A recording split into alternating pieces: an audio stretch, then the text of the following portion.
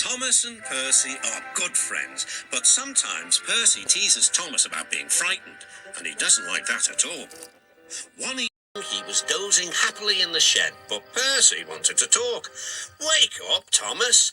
Are you dreaming about the time you thought I was a ghost?" "Certainly not.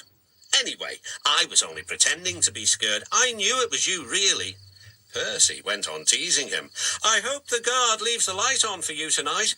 "Why?" asked Thomas. "I quite like the dark." "Oh, really?" exclaimed Percy. "I am surprised. I'd always thought you were afraid of the dark. I wonder why." Thomas decided to say nothing and went to sleep instead. Next day, the Fat Controller arrived. "I would like you to go to the harbour tonight to collect something rather unusual."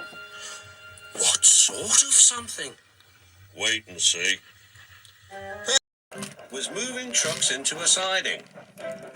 Henry arrived with his goods train. The signalman switched the points and Percy waited on the siding until Henry had steamed by. Then there was trouble. "The points are jammed," called the signalman. "I can't switch them back. The workmen will mend them in the morning. It's too late now." Said Percy's driver. "I'm sorry, Percy, but you will have to stay here for the night." "Where are you going?" asked Percy. "Home for tea," replied the fireman. Percy was speechless. He watched as the other engines went home to the shed. Night time came, and Percy began to feel very lonely. "Oh dear," he murmured, "it's very dark." Oh, what's that?" It was only an owl, but Percy didn't realise this. "I wish Thomas was here too," he sighed. Thomas was waiting for his mysterious load at the harbour. Suddenly, there it was. "Cinders and ashes," cried Thomas. "It's a dragon." "Don't worry," laughed his driver. "This dragon is made of paper. It's for the carnival tomorrow." Workmen lifted the dragon onto Thomas's low loader and put lights all around it for protection.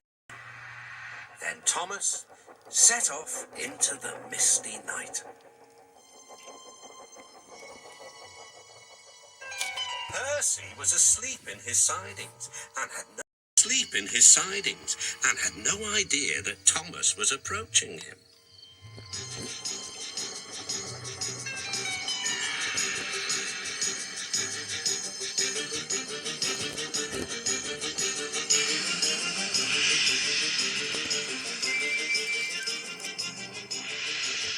"Help!"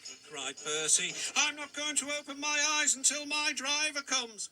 Next morning, the points were mended and Percy puffed back to the junction. Gordon was just about to leave with the express. "You'll never guess what I saw last night." Gordon was in no mood for puzzles. "I'm a busy engine. I don't have time for your games." "I've seen a huge dragon. It was covered in lights." Gordon snorted. "You've been in the sun too long. Your dome has cracked." When the other engines heard the news, they laughed too. "Look out, Percy," chuckled James, "or the dragon may gobble you up." "No one believes me," puffed Percy.